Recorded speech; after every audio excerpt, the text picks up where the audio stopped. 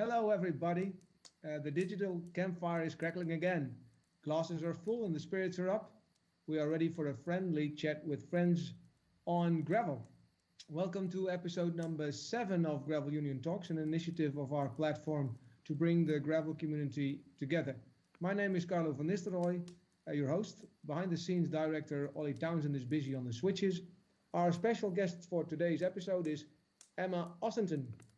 Emma wears so many different hats, she must be practically buried under them all. She's an event organizer, a journalist, a brand ambassador, ride leader, and route designer.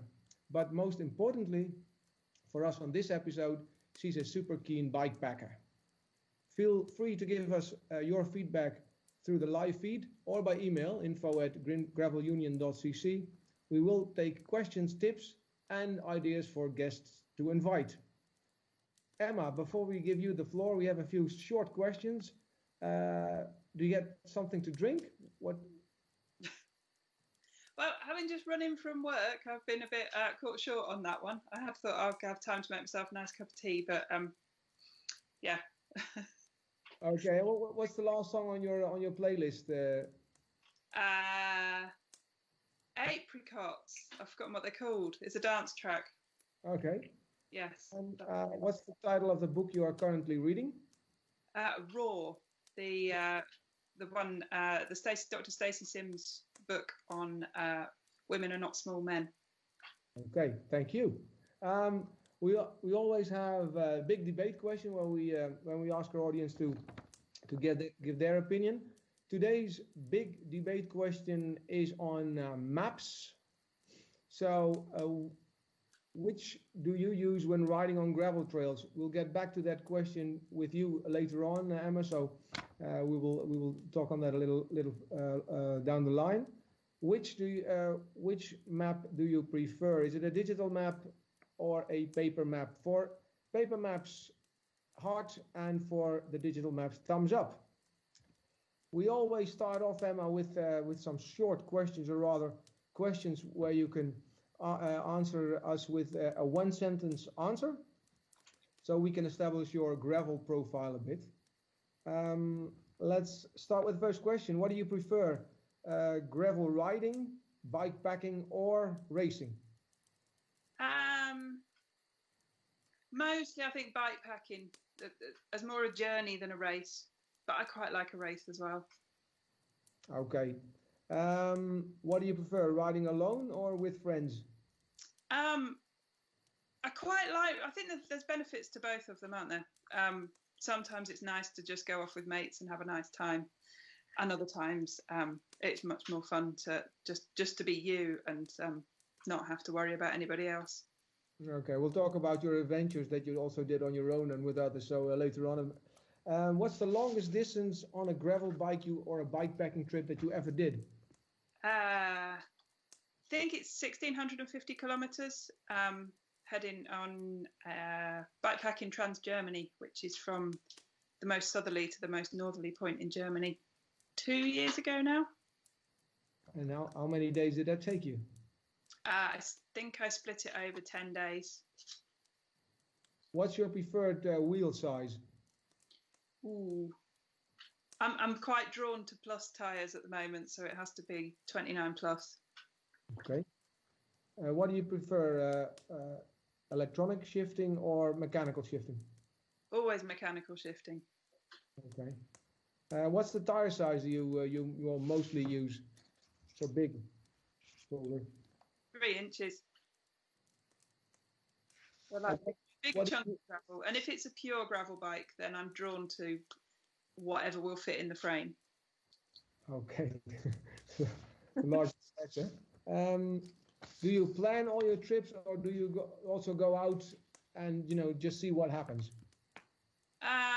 If I'm in my local area, then I'm inclined to explore a bit more and remember a track that I saw that I didn't know if I'd been down or not. Whereas I am quite a map junkie, so I tend to plan quite a lot in advance, or at least buy maps so that I familiarise myself and then plot it separately. Okay. How many bikes do you own? 6 plus a tandem. Okay, that's 7. And what's the last time you cleaned one of those bikes? Oh, 2 days ago. Okay.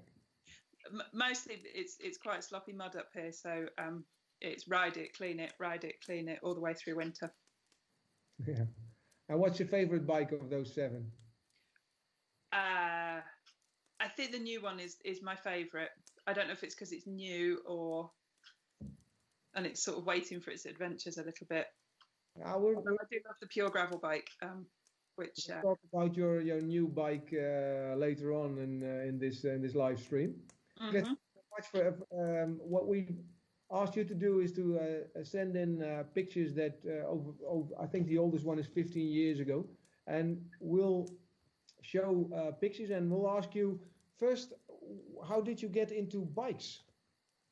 Bikes started as transport, and then somebody told me it was a triathlon club friend who said, go and race, go and have a go at racing. And I turned up on a clapped out 26-inch wheeled mountain bike and just tried, and then sort of cobbled together bikes from there ever since. So it's always been definitely a bike builder of collect the bits. I don't think I've ever had a complete bike. Okay. What's this bike we're looking at right now? Maybe you can tell a little bit more about that. That's the original Tripster prototype, which I think, is it 2014 that came out, 2013? Mm-hmm.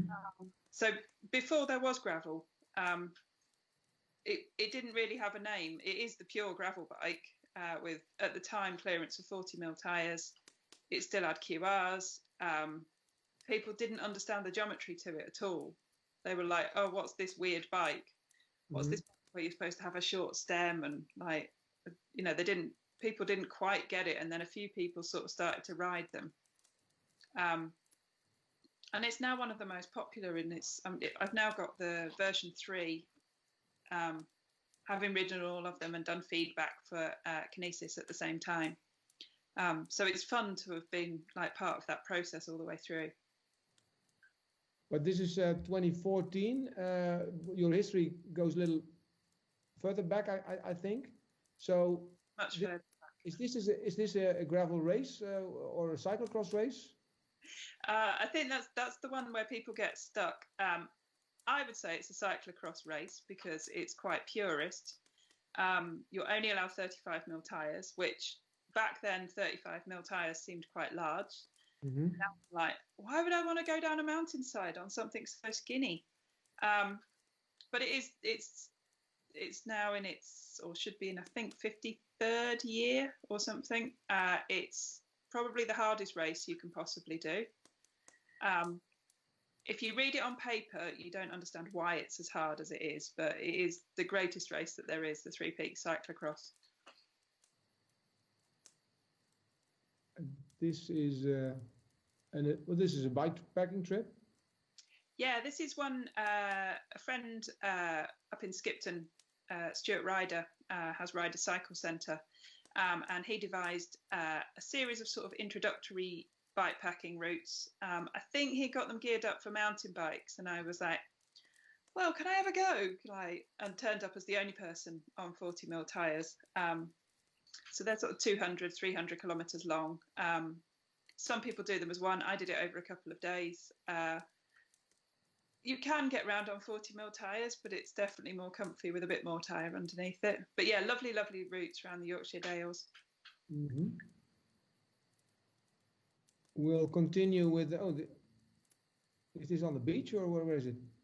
Yeah, this is down on Pembrey Sands. I think there were 2 races down on Pembrey Sands. One is Battle on the Beach, and the other is Tide to Tide, where I rode 6-hour pairs alternating with my friend Vic. I think we both rode gravel bikes, or maybe it's that long ago that she was on a cross bike without a gravel bike. But getting to race up the beach with the sun setting is quite a beautiful thing.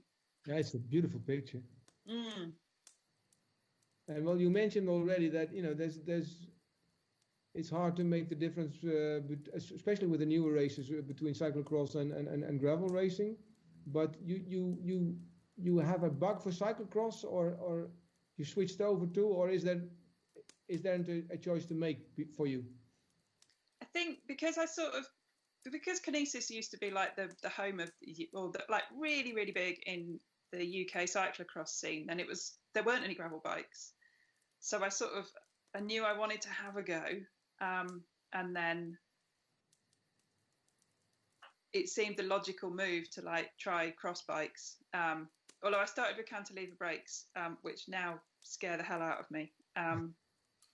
But there is a marked difference between them. They very, very kindly gave me a pure racing cross bike, which involved an awful lot of learning. So my fitness plummeted and my skill level is still clawing up. But it opened up like a completely different scene to the stuff that I'd done before.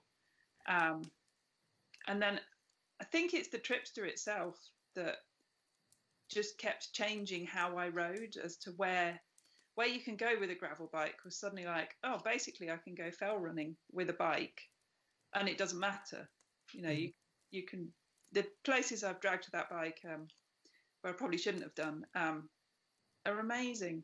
And the more you kind of explore that, then the more you want to explore it. And then I know I put on a few events that were kind of closer to the Three Peaks cyclocross. And lots of people told me they should be mountain bike events, but I didn't have a mountain bike, so I called them cross events. And it's before any of the UK gravel scene started to appear. So I sort of gently drifted just ahead of the scene coming in by putting stuff like that together. And then the more I did, the more I wanted to do, which has always been quite fun. Yeah, we'll talk about the bikepacking and how you got into the bikepacking a little later. I don't know whether we have the video available, Ollie, but you also did a crazy city cyclocross event. Tell us a little bit more about that. Yeah, these are, I used to be supported by Movello, who do wonderful range of clothes. And I realised that I wasn't likely to win any races. So the easiest way to sort of do my part of the sponsorship to promote it was to start putting races on. And I'm very lucky in that I seem to be able to get on with local councils. And I think my favourite of them was the race in the Peace Hall, where I'm now the only person, I think, to have put on a race inside a Grade 1 listed building. And everybody thought their bikes would disintegrate, and they didn't understand it because we shifted the format completely. So we didn't do that traditional sort of 40 to 50 minutes plus a lap. We did knockout rounds of 20 minutes so that people were there all day, and it was a party. And I brought in, I'm a big fan, like I didn't want like burgers and chips on the side of it. So we had hog roasts and we had a pizza wagon and, you know, things that seem quite normal now, but back then people didn't do that at events. Like it was all very burger van basically. And I wanted a link with the art that was about. So we had people like Joe Burt did a limited edition artwork for it. Matthew Burton, who does a lot of illustrations for Peloton magazine, he did one. Rich Mitchelson, who most people probably associate with the mugs, even though he's not done the mugs for quite a long time. So I tried to sort of blend a party and artwork and racing and a bit of family fun and a bit of silliness, all crammed in. But there's probably a time bubble that people have forgotten that it was November and freezing and messy, but it was great fun to do. But you don't do them anymore?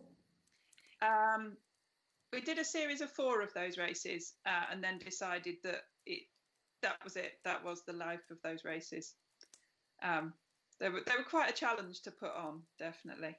Well, it must be difficult, especially with getting permits and everything. But I love the idea. It's a great format. Yeah. Let's change over to the bikepacking. When did you do your first bikepacking trip? I guess I've kind of always done it in a way, because it's only putting stuff on a bike and then going travelling, isn't it?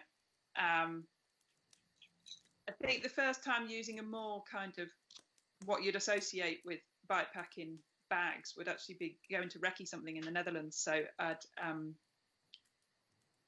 borrowed a bar harness from somebody, tied a bag of clothes to the front, and went hotel hopping up the west coast of the Netherlands and then into Amsterdam,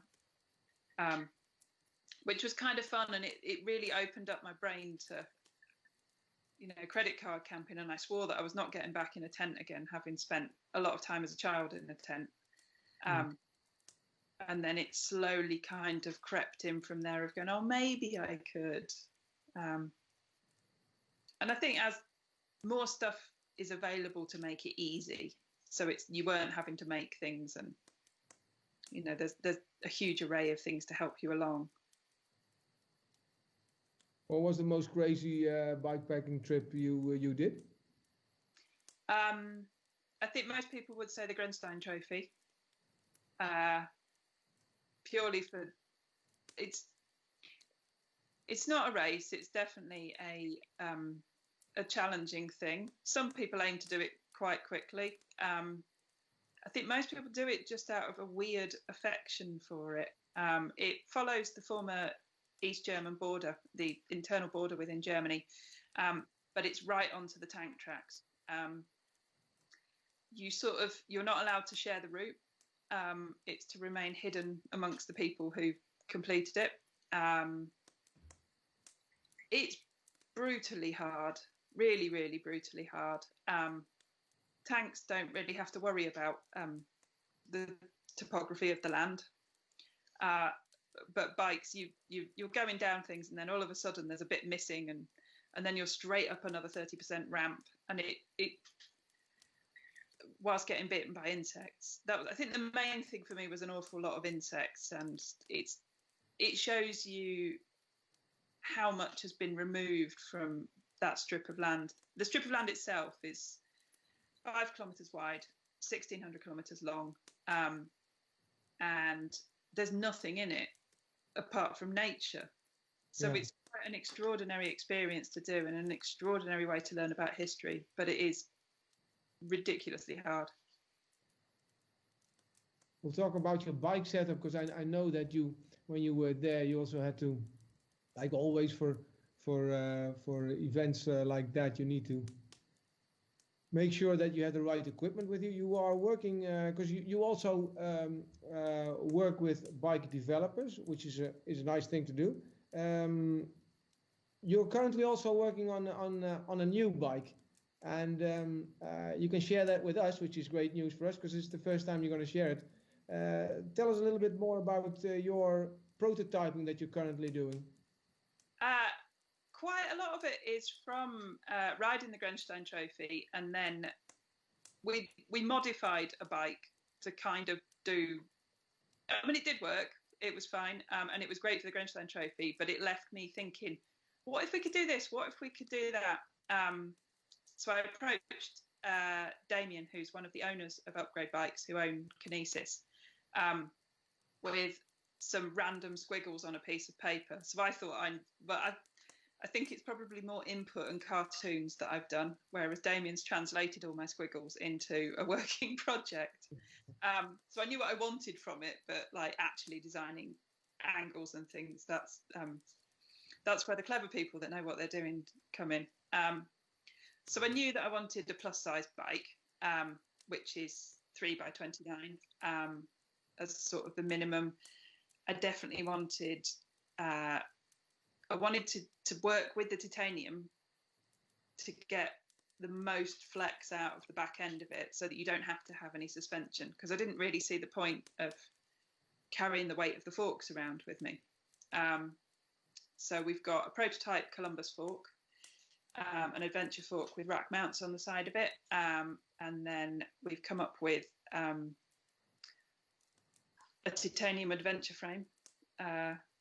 There's most of it is as it will be if it goes into production. It's been interesting trying to get it together with COVID going on. It should have been here a year ago, and then it kind of ground to a halt. Even getting hold of just little parts for it, of going, oh, there's no stock of this, there's no stock of that. So it was a challenge to get it together. but to first ride it was as exciting, if not more exciting, than very first riding the Tripster. And it really, really comes to life, and it's exceptionally so when you've got it loaded up with stuff. And what was your feeling when you rode it for the first time? Did it match up to your expectations? I think it actually it blew my expectations, because I'd sort of looked at it and I can sort of read a technical drawing, and I'd kind of got it in my head how it would look. But to see it in the flesh and to start playing with it and seeing how things moved, and then I think there's always a fear with a great big wheel. You're like, oh, will it feel sluggish? But it doesn't. It's really, really lively. And considering it's quite a long bike and there's quite a lot of it, it's pretty sprightly as well, which is sort of surprising. And then the first proper big test was I managed to get a tiny little gap in October to take it again back to Germany and to ride the Candy Bee route, which was a fantastic test for it. Candy Bee? Explain the audience a little bit more on Candy Bee. That's airstrips. Also, the Candy Bee Graveler is, I may pronounce this wrong because I'm not very good at making the oo sound in German. It's Gunnar Fallau, who is the man who's behind the Grandstone Trophy. He has another route, which is the Candy Bee. It follows the route of the Berlin airlift from Frankfurt to Berlin, which is the biggest peacetime aid mission ever. One of the pilots, Georg Halvorsen, he was rare in a pilot that he used to get out of the plane and go and take pictures in Berlin. And he noticed the children were at the fence, and he started giving them his candy and his gum. And he noticed that they shared it between themselves. And then so he started getting the rations off of everybody so that he could share it with the children. And then he said to the children, I'm going to drop little parachutes out of my plane with some sweets for you. So we'd got everybody's rations and made up these tiny little parachutes. And the children were like, well, how will we know it's you? And he goes, oh, I'll wiggle my wings. So sure enough, he became known as Uncle Wiggly Wings, the candy bomber. And he did this for quite some time until he managed to drop one of the little packages on a journalist's head, purely by accident.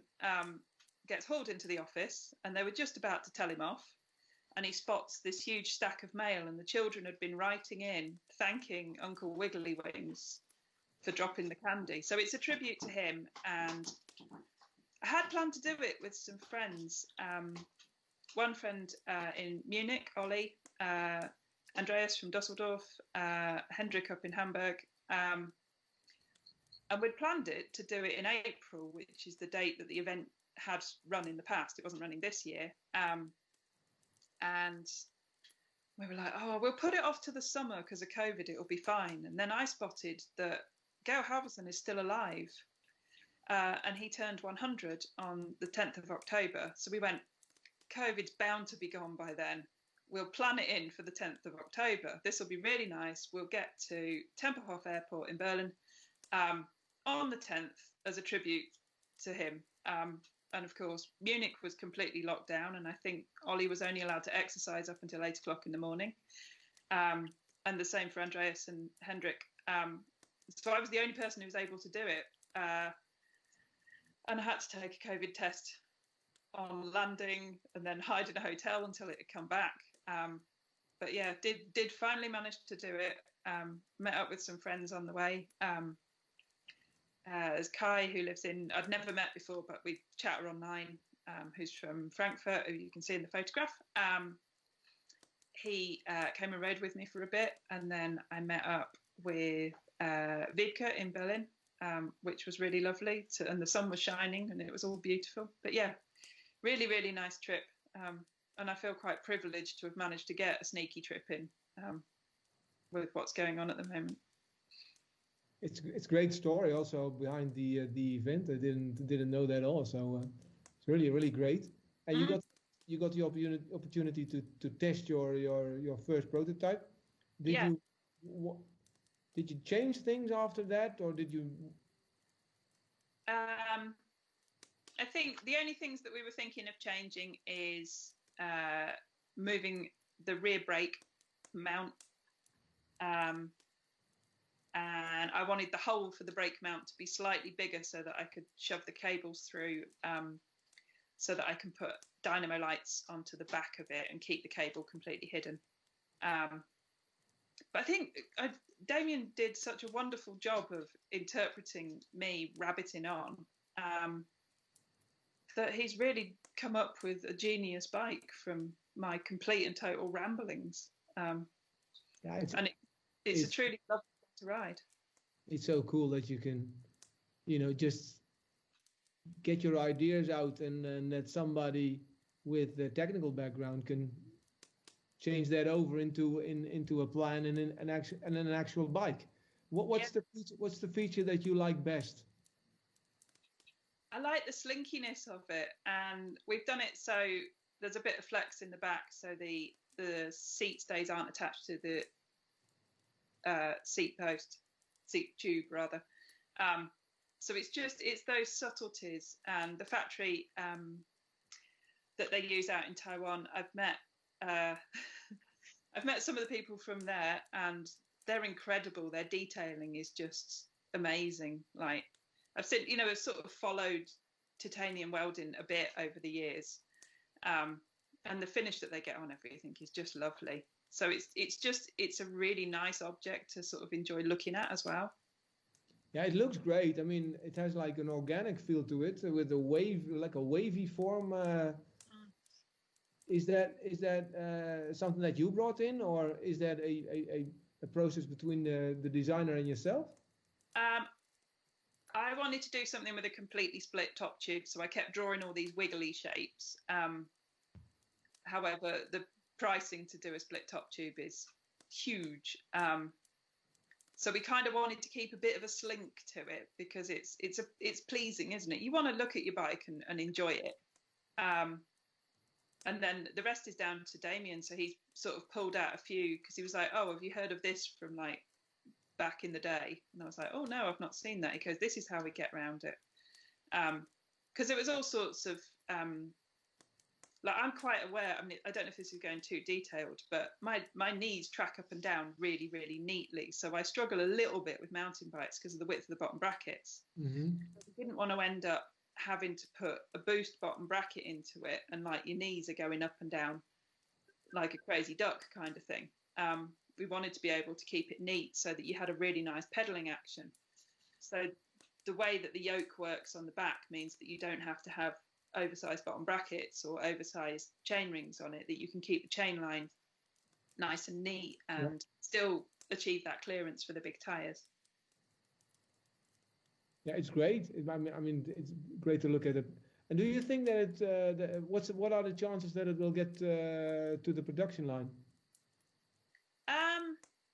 I think anything to the production line is going to be slow at the moment. Like I did chat to Damien, I think yesterday, and we were like, it's months and months off before we could actually get them in the queue for going. I think what's nice is that because you can do small runs of the titanium bikes, that we can hopefully get sort of a smaller batch to sort of test the water a little bit, maybe let people have a go on them a bit and have some basic builds done.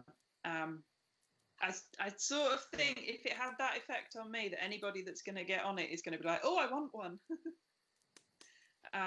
If you have any tips, just let us know, because I'm sure that in our audience, loads of people would be interested to try it out. Yeah. So let us know if there are any developments. It's so nice to see that. Well, just the simple fact of having an idea to a actual bike, the whole process. How long did it take you and Damien to from the first idea up to the prototype we're looking at right now? What, my first crayon drawings? I think probably we must be getting on for about 18 months. I met the two women, the titanium people, I think at the Birmingham Bike Show last year, and had a little bit of a chat and had my scruffy little drawing. And at least they kind of knew what I was on about a little bit. But yeah, so, and then it's sort of to get a formal drawing was probably close on December maybe last year. Not last year, 2019. Still, with COVID going on 18 months, that's, wow. I should have thought it would take maybe even a little longer. But, you know, seeing the circumstances. Yeah, it's been a nice project to work on, though. It's been like exciting thinking that we can take our time a little bit because of COVID and get everything just right. And like it's also been quite fun sort of doing secret testing and trying to keep it away from people as well. It's like being a little bit worried of anybody seeing it. But did you really have to be very secretive about things? We have quite a large mountain bike magazine who are based about, I don't know, 10k from where I live. Okay. So I was kind of like, if when we were allowed to do group rides, I was a bit nervous of knowing that some of them come out on the rides with us. And should I swap to a different bike for that? But it's been fine. I think we're sort of used to it a little bit. So. Well, it's great to have a scoop on Gravel Union Talks. I actually think this is our first scoop ever. So that's nice. Thank you for that. A short look at the Gravel Union big debate question. People still can give us their answers. Which do you use when riding on gravel trails? Is it paper maps? And then you can give us a heart and a thumbs up for digital maps. We also have some questions from our audience. Let's have a few of those. Gravel riding seems to be the hottest thing at the moment. How do you think gravel riding will develop in the future? Do you think it's just a fad and will frizzle out, or is it here to stay and might even become bigger and bigger? I think it's going to keep growing. I think so my background is completely roady, and I was definitely like, I'm not going in the mud. I'll just grind a bike to a pulp. And then my road bike is dusty. You know, it seems like I only take my road bike out if I'm leading bike tours and I have to, or I'm going to Spain and I need to go like just crazy training. And even then I spend my time like doing the classic thing of like riding along a road bike and then thinking, can I just sneak down there? And then realizing I always ride tubs and it would be quite ridiculous. So it will, you also see that, you know, one example of that bike that you just showed us, it has different directions, but as a total, it's grown tremendously. I think all over Europe. With Gravel Union, we're happy to have we have over 50,000 members at this point. So also, that it's a fact that it's growing, and also in the COVID area, well, you can go out, discover your own area off road, which also is it's like a small adventure. But well, I agree with you. I think it's going to be even bigger. Also, a lot of people. So much of it. Yeah, you know, it's everywhere, isn't it? Yeah, it's everywhere. You can, and that's the fun bit of it is on road. Oh, I think that overall people tend, you know, you had your standard things, and this is just a new way of biking, and it's always more of an adventure when you do the unpaved roads than your standard tarmac roads. But we'll see how things develop. We don't have a crystal ball, but I agree with you that it will grow. You know, this year still is a strange year with COVID and everything. But do you have things lined up or on your wish list of to-do events in 2021? Yeah, definitely. I found out I think it was yesterday. I may pronounce this wrong. Apologies. Grand Garage, which is multi-islands across the Canaries, which was due to be starting on the 20th of February and has now been put back until the 10th of April. So I've shunted my entry forwards. I love the Canaries. I really do. The riding there is incredible. They're doing 3 options. So there's a road version, there's a gravel version, and then there's a trail version. You start on La Graciosa, ride across Lanzarote, onto Fuerteventura, Gran Canaria, Tenerife, and then I've entered the trail version, so I end up on La Palma. You do island hopping and have all the islands? Yes. Oh, yeah. Great. It's the perfect race, isn't it? Yeah, and it's beautiful out there. So, other things on your list?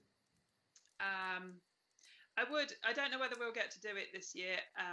I would like to do Candy Bee with the friends in Germany that I should have been riding with, because I've sort of done it once now, and now I want to do it with some mates, because it's a lovely little route. So I'd like to do that again. There's another. I don't know what the obsession with Germany is. I think it's just because it's so friendly. There is such a nice gravel scene in Germany. There's Eifel Graveleur, and the Eifel region of Germany looks absolutely stunning. So I really fancy that one. I'd like to go to Italy. Germany, like in the Eifel and also Berlin and the South Stuttgart areas.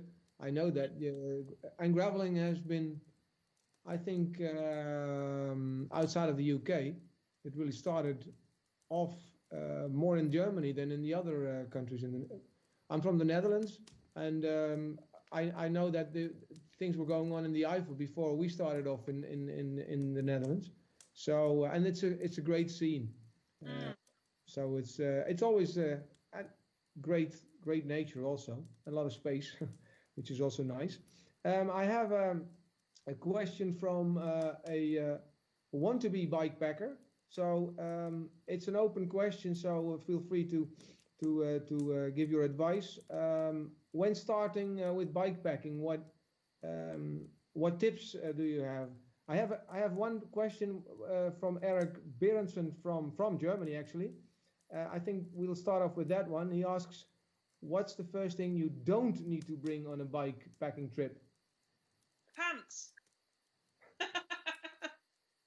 So no pants. No, this is the person who flew to Germany in their cycle kit. Okay, that drew some attention, maybe.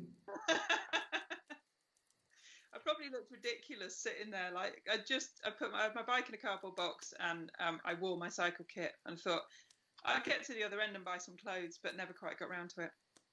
But when you pack, what's the first thing you pack when you go on a bikepacking trip? I think it's deciding whether or not you'll need shelter, because they're 2 different things, aren't they? So it's deciding whether you're credit card hopping, in which case you only need clothes, or whether you're taking shelter with you. And I'm checking my phone, because Ollie needs to send me the tally of the big debate question, but we're very professional here, so nobody notices. Actually, I get my WhatsApp in. Thanks, Ollie.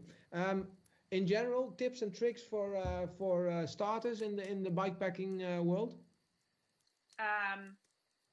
Don't be afraid of doing familiar routes, and don't feel that you have to be massively epic. I think there's a tremendous amount of pressure on people to like do something ridiculous and fall into a hedge at 2 o'clock in the morning and get up again at 4 in the morning, and it doesn't actually have to be like that. It's totally fine to use a campsite and have a shower and toilet.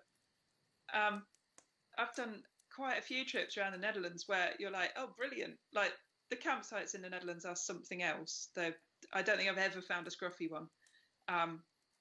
But still, there's nothing wrong with going and using facilities. Like if you're less confident with it, then just sort of take it as more of a touring approach. And get used to your stuff. Do something where I'd always say do something where you're actually only 20k away from home.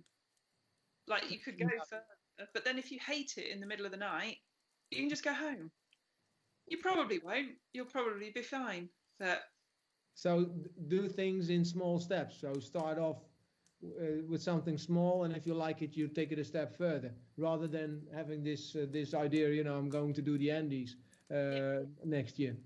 Yeah, and find a mate who's quite happy to sort of nurse you through a little bit and remind you. And you know, my kit lists are available. I think there's one up on the Kinesis website to use that kit list and then work out what's right for you as well. Of like, you don't need as much stuff as you think you do. If Eric Berensen from Germany wants to have the kit list, just drop us a line, Eric, and we'll hook you up, and we'll ask you the list, Emma. Let's go over to the Gravel Union Big Debate results. Ollie sent me the end results, and before we head over to Emma to give her view on things, digital maps clearly won. It's 85% of our audience prefers digital maps over paper maps. Emma, what's your stand on that? I start with paper maps and then go to digital maps. So I always get paper maps to start with. I know translate them across. Many route designers have the same procedure. First go on the paper map and then use the digital map. What are the advantages of that order? I think I definitely have a visual memory. So even if I've taken somebody else's digital route and I'm looking at it online, I find it much easier to get a highlighter pen out and just pen it onto the map and then translate it back again so that I'm dropping it into a device. And I think it's just familiarity of like remembering the place names, and it makes you it gives you a bigger overview, because if you're on a device, you've only got a small amount. I mean, it's easier when they're backed up to phones and you've got bigger mapping in the phone. But definitely to have that overview in your head of where you're going on the paper map. Sometimes, you know, if it's, I use quite a lot definitely for Europe, the closest thing to the good old British Ordnance Survey map is the compass maps, which I think again are German. But there, you know, you can get a whole island on a map and it's not too big in your pocket. But there, you know, to do a little bit of a mix, and it's sometimes nice if you're in a cafe to still be like, I still trawl over a map, I'll get a phone out to look at it a little bit bigger. Definitely a mix of all of them to help you remember and get more of a sense of direction. Yeah, I think that's also a good tip, because people are on Komoot or other platforms designing things, but if you have a look at the map first, you might even get more out of things. Well, thank you very, very much, Emma.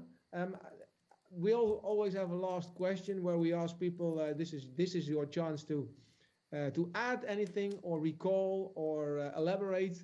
Is there anything that that you want to come back on or talk about?